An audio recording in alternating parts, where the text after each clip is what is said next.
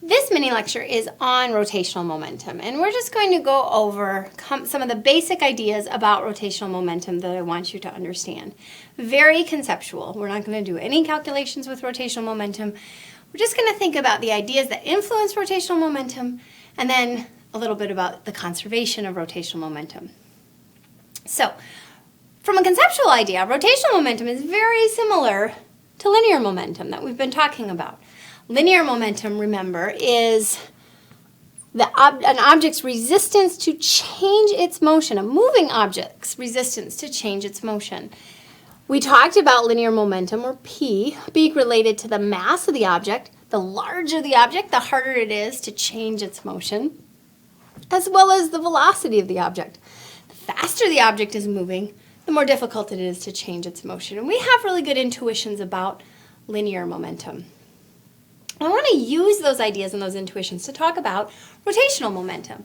This is the idea of a resistance to change an object's rotational state. So if an object is rotating, spinning, for example, about an axis, how difficult is it to change, to change how that object's spinning?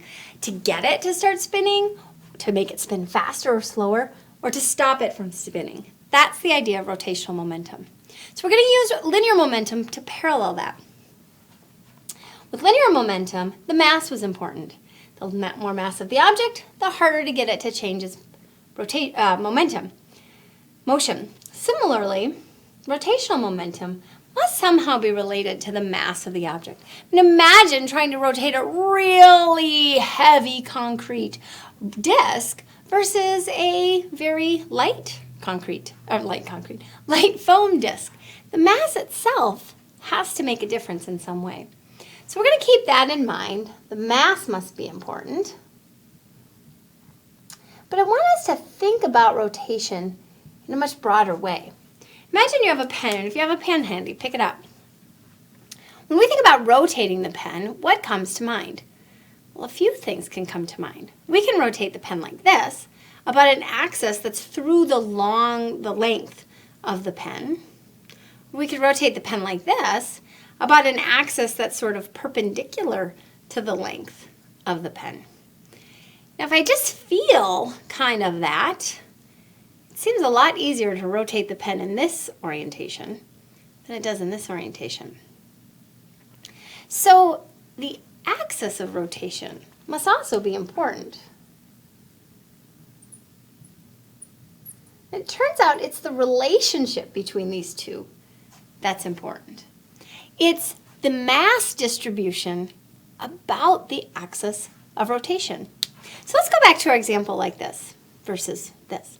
If I rotate the pen in this orientation, the mass of the pen is distributed very close to the axis of rotation.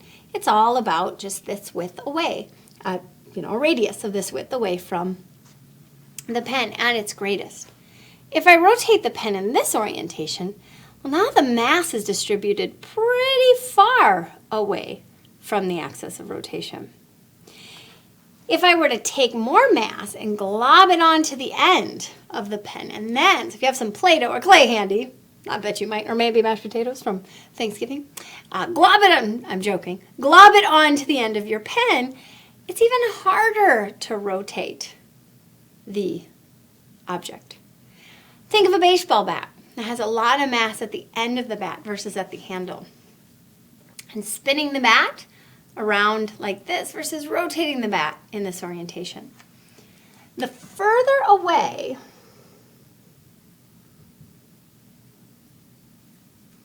mass is distributed,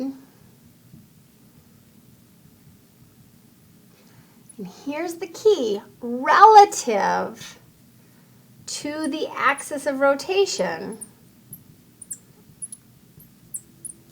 the harder it is to rotate, the more rotational inertia the object has.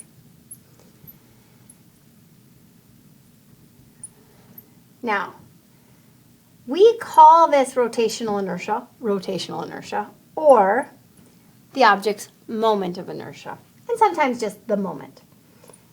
So this is what we refer to as the moment of inertia. Oops.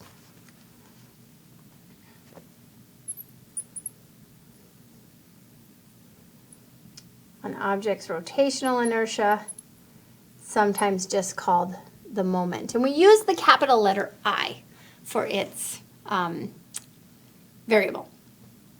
Now, based on this idea, if we increase the mass distribution away from the axis, so pull my mass away from the axis of rotation, then we increase the moment of inertia. Now you have this intuition already as a kid. Remember, we're sort of physics beasts. When you go into a parking lot and they have those parking barriers that look like little balance beams, what do, right? You hop on and you balance. Now, balancing is kind of about rotating, right? When we talked about balance, we talked about torque, initiating a torque, gravity initiating a torque on the center of gravity outside the base, so there's that radius idea, and an object tips over. It rotates about the axis at your feet. Well, what do you do to help keep yourself balanced as you're walking along those parking structures? You put your arms out. Why do we do that? Putting our arms out takes some of our mass and distributes it further away from the axis. If it's further away from the axis, I increase my moment of inertia. I make it more difficult for the object to rotate. So we use this already as sort of a natural thing that we do when we think about balancing or preventing rotation. All right, so like translational momentum, the rotational inertia is sort of our analogy to the mass. So it's not just about the mass, although that's important. It's about the mass distribution relative to the axis. So we have to understand the axis a little bit. Okay, well, what about the sort of speed part of it, or the velocity part of it in linear momentum? Well, similarly, an object that's rotating, it's harder to get it to change its rotation if it's rotating faster. Imagine a flywheel that you're trying to slow down. Well, that has to do with its angular velocity. Similarly to the linear velocity in terms of linear momentum. Now, what is angular velocity? Imagine that we have an object moving on a spinning disk, a spinning platform. Okay, so it's rotating on this whole platform. It's a solid platform. We can talk about the object moving in two ways. We can say it has a certain velocity, that it covers this circumference in a certain amount of time. That's its speed. It's at its linear speed relative to moving in that circle. Or we can talk about how it covers a certain angle in a certain amount of time. How many circles is it making? How many degrees is it going through in a certain amount of time? We talk about its speed in that way. It doesn't matter where along this radius the object is located. All three of those blobs are moving with the same angular speed. Yet all three of them have very different linear speeds because they cover different circumferences. Well, it's the angular speed that we're interested in. How many degrees of rotation is the object going through per second? So our angular speed, which we use lowercase omega, is our degrees per second. Just like linear momentum, the more angular speed we have, the higher the rotational momentum. So if I put these two ideas together, we find that the rotational momentum, which we use the variable L, is equal to my moment of inertia, so the axis matters, times my angular speed. So here's our magnitude for our rotational momentum. Okay. The other idea that I want you to be thinking about in terms of rotational momentum is its conservation. Just like linear momentum, rotational momentum also is conserved. The conservation of momentum law applies to all forms of momentum. including rotational momentum. And I think this is best conceptualized if we use an example. So let's imagine an ice skater. We've all seen ice skating on TV and in the Olympics. It's kind of one of the popular sports to watch. And when an ice skater starts a spin, they begin a rotation. Well, how do they spin faster? We see those ice skaters bringing their bodies in close and tight, very close to the axis of rotation that's going through their body as they're spinning around in a way, a form like this. Well, the reason they spin faster all has to do with conservation of momentum. So from a general standpoint, what does conservation mean? It means that momentum is neither gained nor lost, that the momentum at one point in time has to equal the momentum at a later point in time of a system. And our system in my example is the ice skater. So that tells us that the momentum at any point in time, we'll just call it initial, has to equal the momentum at some later point in time that we're going to call final. And we'll define our initial momentum at the start of the spin. And final happens later after the arms are brought in.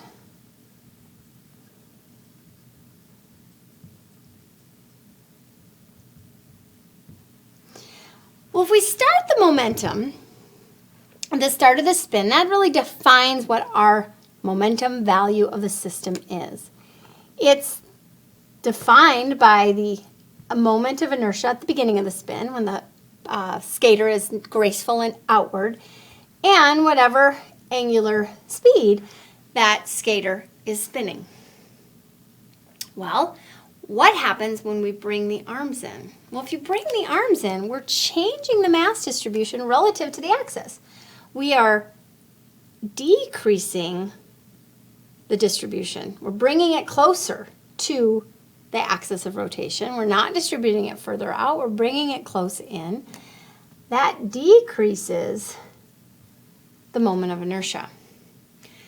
Well, if the initial momentum has to equal the final momentum, as the conservation law demands, if I decrease the moment of inertia, the only way for these two sides of the equations to match is if I increase the angular speed.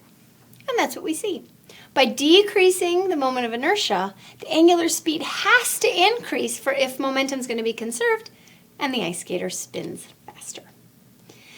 So those are the two sort of conceptual ideas I want you to be thinking about for rotational momentum. We're not going to be calculating anything in this particular content. We're just going to be looking at it conceptually for now. And that's it. Good job.